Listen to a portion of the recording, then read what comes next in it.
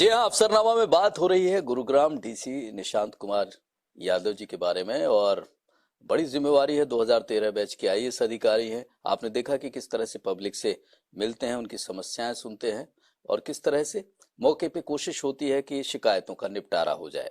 Sir, एक और बात, ये लगातार आप पब्लिक से जिस तरह का इंटरेक्शन होता है, किस तरह की समस्या ज्यादा आती है?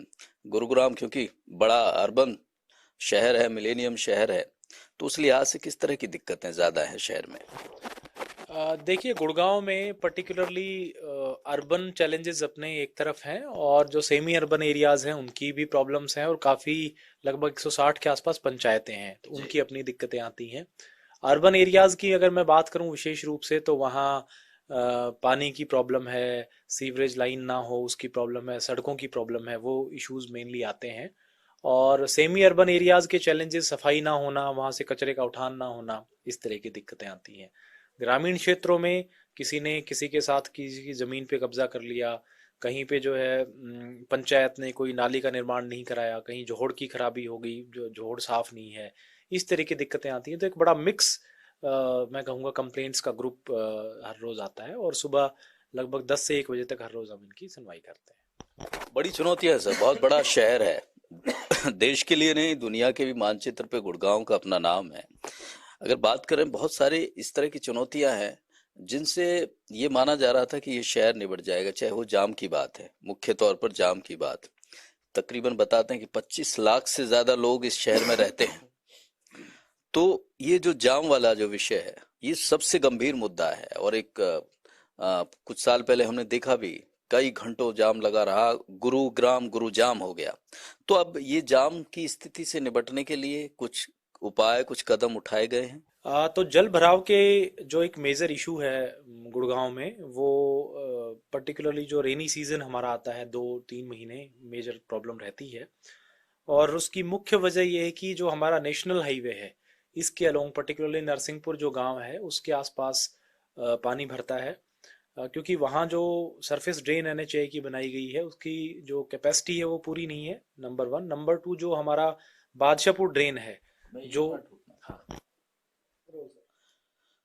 तो निश्चित रूप से ये चैलेंजेस होते हैं कि हर तरह से, क्योंकि यहाँ पंचायतें भी हैं और यहाँ पूरा सोसाइटीज हैं, तरह तरह की समस्याएं सर बता भी रहे हैं, उनके समाधान समय पर करवाने की कोशिश करते हैं। एक और बड़ी समस्या है सर, शहर बहुत बड़ा शहर है, दुनिया के नक्शे पे ये शहर है।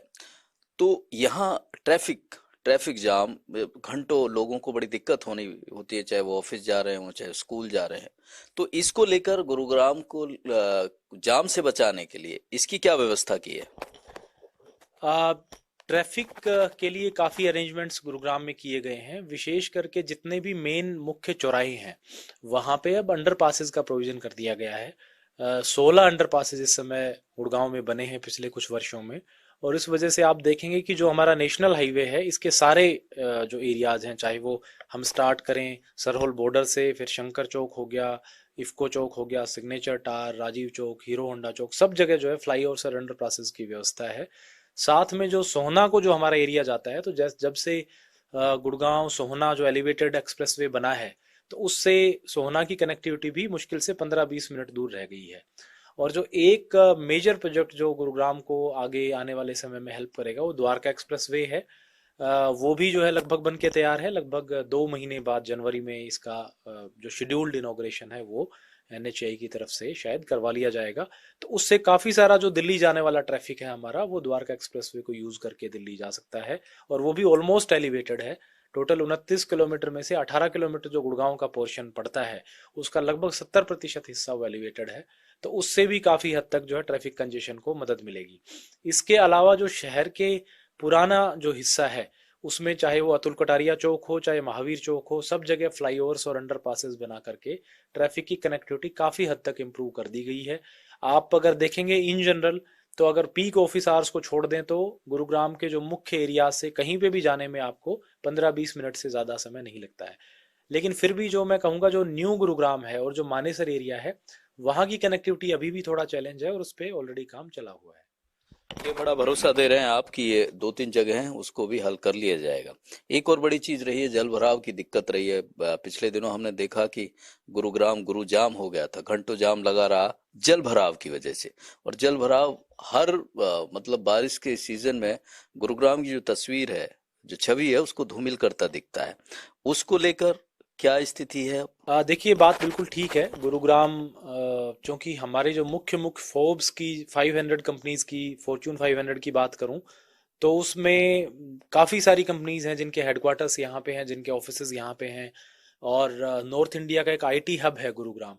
और यहाँ पे जब इस तरह की बातें आती हैं कि पानी का भराव हो गया, ट्रैफिक कंजेशन हो गया, लोगों को वर्क फ्रॉम होम करना पड़ा, तो एक बड़ा खराब मैसेज जो है वो जाता है। तो इसके लिए पिछले कुछ वर्षों से सरकार के द्वारा, प्रशासन के द्वारा काफ़ी स्टेप्स लिए गए हैं। विशेष करके जितने भी हमारे अंडर पासेस हैं उन सब में अच्छी ड्रेनेज कैपेसिटीज हैं। नेशनल हाईवे के अलोंग जो ड्रेन है उसकी क्षमता को भी बढ़ाया गया है। और जितना भी गुड़गांव का पानी है वो हम नजफगढ़ ड्रेन में डालते हैं, बादशाहपुर ड्रेन के थ्रू, और बाकी जो दो और ड्रेन्स हैं जिसको L1 और L2 कहते हैं। नजफगढ़ ड्रेन में जो पानी जाता है गुड़गांव का, वो फिर नजफगढ़ ड्रेन उसको दिल्ली लेके जाती है और यमुना में वो पानी पहुंचता है। तो नजफगढ़ ड्रेन की सफाई भी जो है वो चली हुई है, दिल्ली के स्तर पे भी और हरियाणा में भी। साथ ही जो नजफगढ़ ड्रेन को कनेक्ट करती हैं गुड़गांव की इंटरनल ड्रेन्स L1 L2 और बादशाहपुर ड्रेन, इन तीनों की सफाई भी और इनको इनकी इनकी कैपेसिटी एनहांसमेंट भी चल रही है। आप नोटिस करेंगे कि पिछले कुछ वर्षों से, मैंने विशेष करके पिछले 2 साल से देखा है कि जब एक्सट्रीम रेनफॉल भी होती है तो भी 1.5 से 2 घंटे से ज़्यादा जो है कहीं भी ट्रैफिक कंजेशन नहीं होता और पानी बड़ी जल्दी जो है वो निकल जाता है। तो काफ़ी चीज़ें इंप्रूव हुई हैं और फर्दर इम्प्रूवमेंट की आवश्यकता है। एक और चीज सर, कि बहुत सारे, जिस तरह का जितना बड़ा शहर है, 25 लाख से ज्यादा आबादी बताते हैं शहर की, तो यहाँ जो चुनौतियां हम देखते हैं जाम और इस्त के अलावा, क्योंकि आपको 2.25 साल के करीब का वक्त हो गया गुड़गांव को देखते हुए, और क्या चुनौतियां मानते हैं कि प्राइमरली जिन पे आपका काम चल रहा है और जल्द ही उनको जमीन पर लाया जाएगा? एक इसमें जो मुख्य मुद्दा जो मैं बताना चाहूँगा वो है मेट्रो का, मेट्रो कनेक्टिविटी का। अभी अगर आप देखेंगे तो मेट्रो की कनेक्टिविटी गुरुग्राम के एक पर्टिकुलर एरिया तक ही सीमित है। लेकिन रिसेंटली, पिछले कुछ महीनों पहले, गुड़गांव के बाकी हिस्से को भी मेट्रो से कनेक्ट करने की जो कार्य योजना है वो मंजूर हो चुकी है और उस पर बहुत स्ट्रांगली काम चला हुआ है। आने वाले समय में हम देखेंगे कि जो हमारा सदर्न गुड़गांव है, सेक्टर 10 A होते हुए फिर काफ़ी बड़ा हिस्सा जो पुराना गुड़गांव का पोर्शन है, पालम विहार और ये सारा एरिया जो है वो मेट्रो से कनेक्ट हो जाएगा। उसका फ़ायदा ये होगा कि जो लोगों को काम के सिलसिले में न्यू गुड़गांव के हिस्से में जाना होता है या साइबर सिटी टाइप साइड जाना होता है या दिल्ली जाना होता है, तो उनको पब्लिक ट्रांसपोर्ट की एक अच्छी सुविधा मिलेगी। तो एक ये महत्वपूर्ण काम जो आने वाले समय में होने जा रहा है। एक जो दूसरा आपने चैलेंजेस की बात की, तो जो एक मेजर चैलेंज दूसरा है वो माइग्रेटरी पॉपुलेशन है। आप देखेंगे कि काफ़ी बड़ी संख्या में, कई लाखों में जो यहाँ पे वर्कर्स जो हैं वो बाहर से आते हैं और यहाँ रहते हैं। और कहीं ना कहीं हमारी प्लानिंग में हमें उनको भी केटर करना होगा, उनको भी कंसिडर करना होगा, ताकि जो भी हम आगे प्लान्स बनाएं अपने, चाहे वो बिजली पानी से संबंधित हों, सड़कों से संबंधित हों, सीवर से संबंधित हों, उसमें हम उस जनसंख्या को भी इंक्लूड करें। ये चीज़ जो है वो बड़ी इंपॉर्टेंट है। लकीली परिवार पहचान पत्र के आने से हमने जैसे जैसे सबके परिवार पहचान पत्र बने हैं तो एक रियलिस्टिक फिगर हमारे सामने आई है कि कहाँ पे किस एरिया में कितने लोग रहते हैं। तो उसको इनकॉर्पोरेट करके अब आगे की प्लानिंग की जा रही है। क्योंकि ये आपने बहुत बड़ी बात बताई कि जिस तरह से लाखों लोगों का यहाँ काम के सिलसिले में आना होता है और फिर उनका जो डेटा नहीं होता तो उस हिसाब से योजनाएं नहीं बन पाती। लेकिन इस शहर में भी दो शहर बनते हैं, एक पुराना गुड़गांव, एक नया गुड़गांव। पुराने गुड़गांव की दिक्कत इंफ्रास्ट्रक्चर के लेवल पे उसी तरह की है, बिजली पानी सड़क सीवर। उसको लेकर कुछ आपको लगता है कुछ सुधार हुआ है? क्योंकि अभी भी जितनी भी खबरें आती हैं वो सड़क सीवर और इस तरह की चीजों की ही आती हैं। जी बिल्कुल, इसमें इम्प्रूवमेंट तो आई है लेकिन वहाँ थोड़ा सा चैलेंज है। एक तो जो पुराना शहर है और जो पुराने हमारे गांव हैं, चाहे वो गुरुग्राम प्रॉपर गांव हुआ, बसई हुआ, धनकोट हुआ, चंदू हुआ, जितने भी एरियाज हैं, आप देखेंगे कि एक तो उसमें बहुत प्लान्ड डेवलपमेंट उस समय नहीं हुआ क्योंकि वो प्रॉपर गांव ही थे। एज ए रिजल्ट उसमें एक्सपेंशन का स्कोप बहुत कम है। आप जैसे फॉर एग्जांपल जो गुड़गांव की दो इम्पोर्टेंट सड़कें हैं, एक जो सुल्तानपुर होते हुए झज्जर की तरफ जाती है, फरुखनगर की तरफ जाती है, इन दोनों सड़कों में अब एक्सपेंशन का स्कोप नहीं दिखेगा आपको क्योंकि वो गाँव के बीच से होती हुई जाती हैं। तो एक वो चैलेंज तो है ही, क्योंकि उसमें वहाँ पे स्पेस अवेलेबिलिटी का बड़ा चैलेंज है। लेकिन उसकी सॉल्यूशन के तौर पे जो है, एक जैसे मैंने बताया द्वारका एक्सप्रेसवे है जो उस एरिया को कनेक्ट करता है, और दूसरा इन सब गांवों के बाईपासेस प्लान किए गए हैं। सो धनकोट का बाईपास फॉर एग्जांपल बन के तैयार भी हो गया और उस पर वो चालू भी हो गया है। इसी प्रकार से एक राज्य सरकार की एक बड़ी इंपॉर्टेंट जो है नई घोषणा जो अभी हुई है, वो है कि द्वारका एक्सप्रेसवे को कैसे हम, जो एम्स का सेंटर है भाड़सा में, जी। उसको जोड़ें। तो उससे क्या होगा कि वो जो उधर के 10-12 रूरल जो गांव थे बेसिकली, जो अब नगर निगम में आ गए हैं, उनको भी एक बेहतर कनेक्टिविटी मिलेगी। कनेक्टिविटी मिलने के साथ साथ वहाँ की जो बाकी फैसिलिटीज़ हैं, चाहे वो वहाँ पे एसटीपीज नए बने हैं, वाटर ट्रीटमेंट प्लांट्स हैं, उनके ज़रिए वहाँ पे पानी और सीवर की सुविधाएं भी बेहतर तरीके से दी जा सकेंगी। एक और चीज सर कि ये तो जिस तरह का जितना बड़ा शहर है ये, और जो इसकी ख्याति है, क्योंकि अगर हम टैक्स की बात भी करें तो सबसे ज्यादा गुरुग्राम ही हरियाणा को टैक्स देता है। लेकिन जो इसका इंफ्रास्ट्रक्चर है और जो इसकी जरूरत है, आप समझते हैं, सोचते हैं, देखते हैं कि आपका जो अनुभव है कि उस लिहाज से जो इसकी प्लानिंग होनी चाहिए, उसमें कहीं कमी, कोई खामी, या उस लिहाज से जो विजन होना चाहिए वो अभी भी लैक करता है, कहीं कमी दिखती है? देखिए, जो बेसिकली इंफ्रास्ट्रक्चर है उसकी तो अब धीरे धीरे करके भरपाई हो गई है। मैं कहूँगा कनेक्टिविटी जैसे मैंने बताया बहुत अच्छी हो गई है।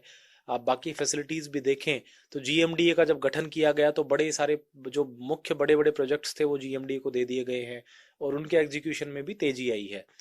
और लेकिन जो एक्सपेंशन का जहाँ स्कोप आता है, वो जो है वो जो स्पेशल एस्पेक्ट है वो अब कवर किया जा रहा है। आपने एक बड़ा इम्पोर्टेंट और एम्बिशियस प्रोजेक्ट राज्य सरकार का ग्लोबल सिटी, वो मैं उसका जिक्र करना चाहूँगा। लगभग 1000 एकड़ में ग्लोबल सिटी सेक्टर 37-36 एरियाज में डेवलप की जा रही है। और इसमें जो है मिक्स्ड लैंड यूज़ होगा। इसमें रेजिडेंशियल एरिया भी काफ़ी होगा, इसमें इंस्टीट्यूशनल एरियाज भी होंगे, इंडस्ट्रियल एरियाज भी होंगे। तो उससे उसका रिजल्ट ये आएगा कि एक नया जो आयाम है, एक नया ग्रोथ स्पेस सिटी को मिलेगा, और बहुत बड़ी अमाउंट में इन्वेस्टमेंट यहाँ पे आएंगी, रोजगार के साधन उपलब्ध होंगे। तो मेरा ख्याल है कि वो एक बड़ा एक इम्पोर्टेंट कदम साबित होगा गुरुग्राम के लिए, और एक नई ऊर्जा और नया ग्रोथ सिटी को देखने को मिलेगा। निश्चित रूप से ये एक बड़ी चीज है इस शहर के लिए, इंफ्रास्ट्रक्चर के लेवल पर। और जिस तरह से सर ने बात की, ग्लोबल सिटी की बात की, कनेक्टिविटी की बात की, और खासकर जो गुरुग्राम में जाम की जो समस्या रहती है, जल भराव की जो समस्या रहती है, उसको लेकर सरकार और प्रशासन बहुत संवेदनशील है और बहुत तेजी से काम कर रहा है। एक छोटा सा ब्रेक ले रहे हैं यहाँ, और ब्रेक के बाद आपको बताएंगे और दिखाएंगे भी कि इतना बड़ा मुकाम हासिल कैसे किया, और वो कौन लोग थे जिन्होंने इस मुकाम में पूरा योगदान दिया। एक छोटे से ब्रेक के लिए रुक रहे हैं।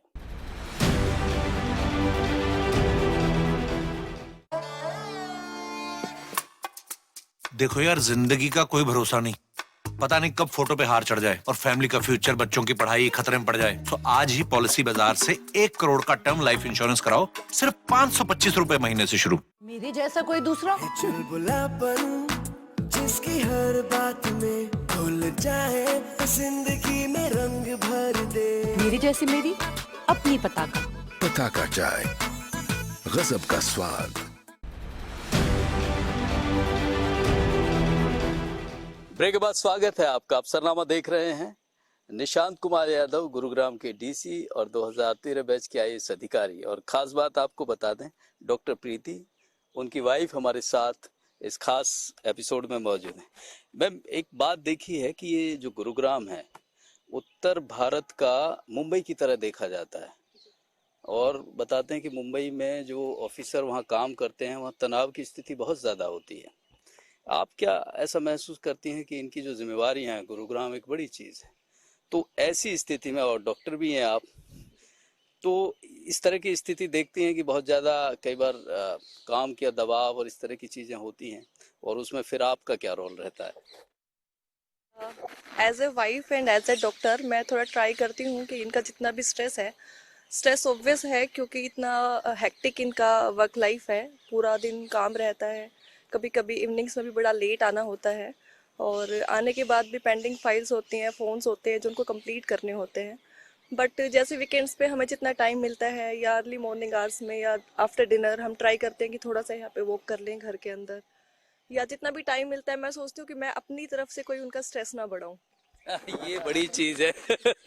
ये सर, ये मतलब इस तरह की यूं कहिए कि एक मदद मिल जाना, ये सच में एक बड़ी नेमत कहिए, एक बड़ी मेहरबानी कहिए कि अपने पार्टनर इन जिम्मेवारियों को समझे। तो आपसे मैं यही सवाल कि निश्चित रूप से बड़ी जिम्मेवारी है तो तनाव रहता है, तो उन परिस्थितियों में मैम का साथ तो होता ही है, बाकी आपकी तरफ से क्या कुछ उपाय हो? नहीं, देखिए, डेफिनेटली जो गुड़गांव है वो अपने आप में थोड़ी यहाँ पे शेड्यूल ज़्यादा बिजी होता है क्योंकि डिस्ट्रिक्ट बड़ा है, काम का लोड भी ज़्यादा है। लेकिन कोशिश यही रहती है कि उसमें जितना एक तरीके से काम में ही सेटिस्फेक्शन मिलता है। तो कई बारी कोई जैसे कोई बड़ा अच्छा प्रोजेक्ट है वो कर लिया, पब्लिक डीलिंग अच्छे से हो गई, कई लोग आके थैंक यू करते हैं कि जी आपने हमारी सुनवाई की और हमारा काम हो गया। तो इन सब चीज़ों में सेटिस्फेक्शन भी बड़ा मिलता है। तो एक तरीके से कई कई सारे ऐसे इंसिडेंसेस होते हैं जो उस तनाव को ख़त्म करने का काम करते हैं। और साथ ही फिर जितना भी समय मिलता है कोशिश ये रहती है कि घर पे क्वालिटी टाइम स्पेंड करें। तो फैमिली में पेरेंट्स हैं, वाइफ हैं, बेटा है, तो हम लोगों की जितना भी टाइम साथ स्पेंड करते हैं तो एक तरीके से वो स्ट्रेस बस्टर की तरह काम करता है और ऑटोमेटिकली तनाव कम हो जाता है। ये बड़ी चीज बताई है, परिवार के साथ वक्त बिताना निश्चित रूप से एक बड़ी मदद करता है। लेकिन मैम, ये जो तनाव है, जो वहाँ का ऑफिस का तनाव है, ये घर में भी आ जाता है।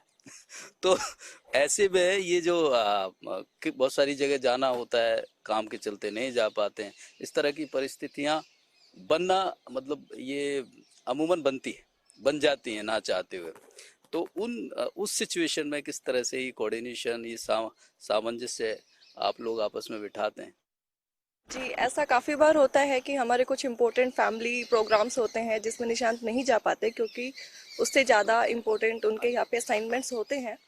बट लेकिन कई बार I also feel frustrated in that case, but हम ट्राई करते हैं कि, और हम समझते भी हैं इस चीज़ को और हमारी फैमिली भी समझती है कि इनके जो असाइनमेंट्स हैं बहुत इंपॉर्टेंट है, इनका जो काम है वो काफ़ी डिमांडिंग है, तो हम उस केस में कोऑपरेट करते हैं।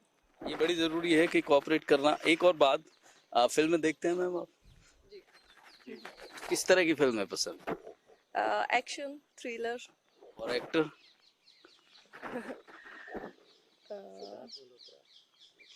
ऐसा एज सच कुछ ज़्यादा नहीं।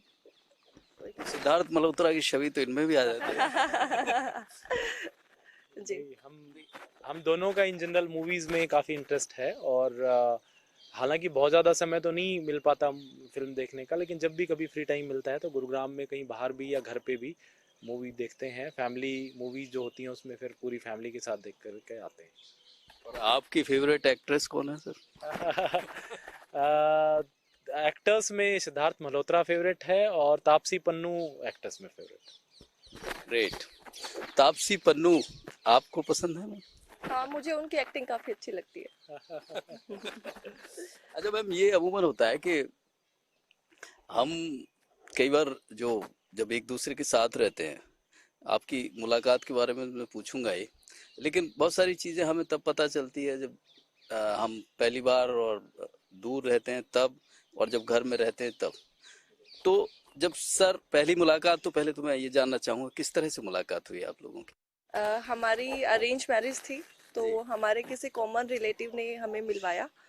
तो लेकिन जब हम फर्स्ट टाइम मिले उसके बाद मिलकर हमें अच्छा लगा, तो उसके बाद फिर हमने 2-3 बार और मीटिंग्स की, तो एक दूसरे को जानने का मौका मिला। और मुझे सबसे अच्छी जो इनकी बात लगी वो ये कि ये काफ़ी डाउन टू द अर्थ थे। अदरवाइज़ मेरा इम्प्रेशन था कि आईएएस ऑफिसर हैं, मे बी थोड़ा एरोगेंट हो, पता नहीं किस टाइप का नेचर होगा, बट आई फाउंड कि इनके फैमिली भी और ये भी काफ़ी ज़्यादा सिंपल हैं और काफ़ी डाउन टू द अर्थ हैं, काफ़ी हम्बल हैं। तो मुझे बड़ा अच्छा लगा इनसे मिलके, तो फिर बात ऐसे ही आगे बढ़ी। वो जो पहले हम्बलनेस जो नजर आई वो आज तक बनी हुई? जी, वो बिल्कुल बिल्कुल आज तक बनी हुई है। ये बहुत सारी चीजें, बहुत सारी खूबियां जब हम साथ रहते हैं लगती है, कुछ ऐसी चीजें भी लगती हैं कि चलो इनमें सुधार हो जाए तो और बढ़िया हो जाए। वैसे तो वो काफ़ी वर्क लाइफ बैलेंस करके चलते हैं, बट इनमें सुधार तो नहीं, बट मैं सोचती हूँ कि शायद कोई ऐसी हैबिट, कोई ऐसी बात कि भाई ये और निशांत ये और ठीक कर लीजिए आप। थोड़ा सा निशांत फूडी हैं, बाहर का खाना इनको ज़्यादा पसंद आता है। ये तो बड़ी चीज बताइए। तो मुझे लगता है कि जैसे अगर थोड़ा इनका ईटिंग हैबिट्स थोड़ा सा इम्प्रूव हो जाए, अगर मैं थोड़ा सा और इम्प्रूव कर दूं तो it but would be fitness तो माशाल्लाह इनकी जबरदस्त है, ये तो क्योंकि क्योंकि ये काफी ज्यादा वर्कआउट करते हैं, अपना जिम करते हैं और जॉगिंग करते हैं, तो वो अपना जो थोड़ा सा अनहेल्दी खाते हैं तो उसको फिर बैलेंस कर लेते हैं। ये तो आपके मतलब आपके बारे में बड़ी गजब बात पता चले कि आप फूडी हैं। और किस तरह का फूड पसंद है? नहीं देखिए, शुरू से जब से कॉलेज लाइफ रही है तब से कई बार होता है कि बाहर कहीं फास्ट फूड वगैरह खाने की आदत रही है, और पिज़्ज़ा है, बर्गर है, जो भी कोई फास्ट फूड का फॉर्म है। अब तो चूंकि इतना समय नहीं मिल पाता कि कहीं बाहर जा कर के फास्ट फूड या कुछ खाना खाया जाए, बट फिर भी जहाँ कहीं अवसर मिलता है वो हो ही जाता है। फिर दूसरा एक थोड़ा सा कई बार शेड्यूल ऐसा होता है कि जो मील है वो टाइमली नहीं ले पाते हैं। एक ये भी थोड़ा सा एक अनहेल्दी लाइफस्टाइल में ऐड करता है। सरदार जी की जलेबी हैं, वहाँ कचौरी एक बड़ी वहाँ फेमस है। हाँ, जैन साहब की हरीश बेकरी से जो कई सारी स्वीट्स हैं, मिठाइयाँ, वो बड़ी फेमस हैं। तो बहुत बारी खाने का वो अवसर मिलता है। मैम को यही तो चीज है अनहेल्दी लगती है आपकी।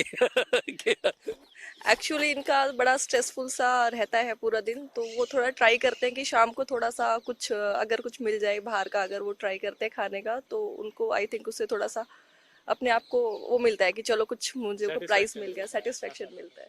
तो आपसे कभी ये मतलब शिकायत या गुजारिश कि भाई आज तो ये खाने का मन है, कुछ इस तरह की बातें भी होती रहती? हाँ, नहीं वैसे तो मतलब ये खुद भी बहुत ज़्यादा कंसर्न है अपनी हेल्थ को लेके, बट कभी कभी अगर हम बाहर जाते हैं और जैसे तो इनका मन करता है कि चलो कुछ खा लिया जाए, तो मैं थोड़ा इंसिस्ट करती हूँ कि नहीं थोड़ा कम ले लो। तो घर बनाने को लेके घर पे यस, तो वो कभी डिमांड करते हैं कि जैसे पनीर के पराठे मैं थोड़ा अच्छा बनाती हूँ, तो वो कभी यार डिमांड करते हैं संडे को कि मैं बना दूँ। तो सर ये खाने का ही है या बनाने का भी शौक है? नहीं, मुझे कुकिंग का ज़्यादा नहीं अनुभव भी नहीं है, और अच्छी होती भी नहीं, आती भी नहीं है। लेकिन हालांकि मैंने कभी ट्राई भी नहीं की। मुझे लगता है कि अगर कोशिश करेंगे तो हो सकता है सीखा जा सकता है। लेकिन खाने का, हाँ, जैसे बताया कि जो फास्ट फूड है या बाकी पराठे वगैरह खाने का ज़रूर शौक है। ये खाने का शौक, और ये अमूमन क्या हम ये सोचते हैं कि जो ऑफिसर है उनके ऊपर जो जिम्मेवारी है और जो इतना बड़ा एक सिस्टम उनके साथ चलता है, तो ये छोटी छोटी चीजें शायद उनके जीवन में महत्व नहीं रखती, पर ऐसा नहीं है। ये सब हमारी और आपकी तरह इन चीजों के लिए शौक भी होते हैं, वक्त भी निकालना पड़ता है।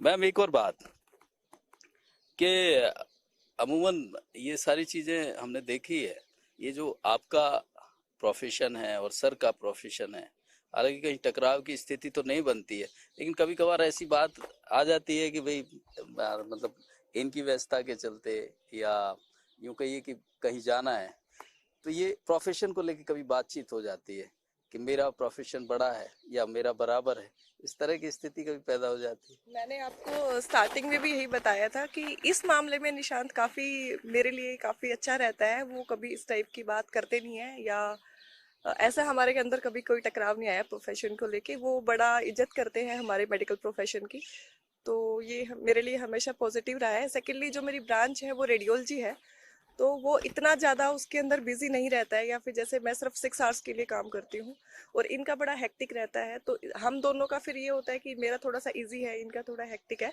तो आपस में फिर हमारा फैमिली के लिए तालमेल ठीक रहता है कि मैं फैमिली को या बेबी को ज़रा टाइम दे पाती हूँ, तो निशान थोड़ा कम दे पाते हैं, तो वो फिर बैलेंस हो जाता है।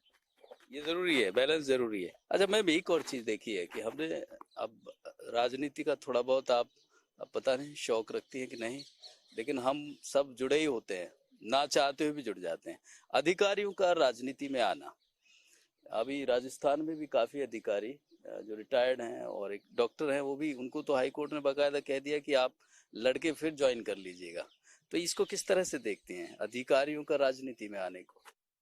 आई थिंक वो सबका पर्सनल अपना रहता है, तो I should not comment on this. राजनीति से आप कैसे देखते हैं?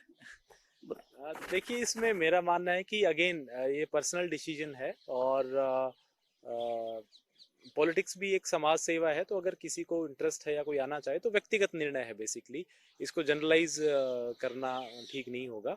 अगर किसी को लगता है कि वो राजनीति में आकर के ज़्यादा कंट्रीब्यूट कर सकता है या उसमें उस तरह की क्वालिटीज़ हैं तो ज़रूर आना चाहिए। मतलब ये एक पूरी तरह से व्यक्तिगत निर्णय है। निश्चित रूप से व्यक्तिगत निर्णय। मैम बहुत शुक्रिया, थैंक यू सो मच। ये आप मतलब इस तरह की स्थिति अमूमन कम होती है कि हम परिवार की जो जिम्मेवारी है अधिकारी कैसे निभा रहे हैं, ये सारी चीजें आप लोग बताते हैं तो लोगों को बहुत अच्छा लगता है, हमारे दर्शकों को बहुत अच्छा लगता है, वरना उन्हें ये लगता है कि अधिकारी हैं तो पता नहीं और चैलेंजेस तो होंगे ही नहीं। बहुत शुक्रिया, thank you so much sir, बहुत शुक्रिया सर।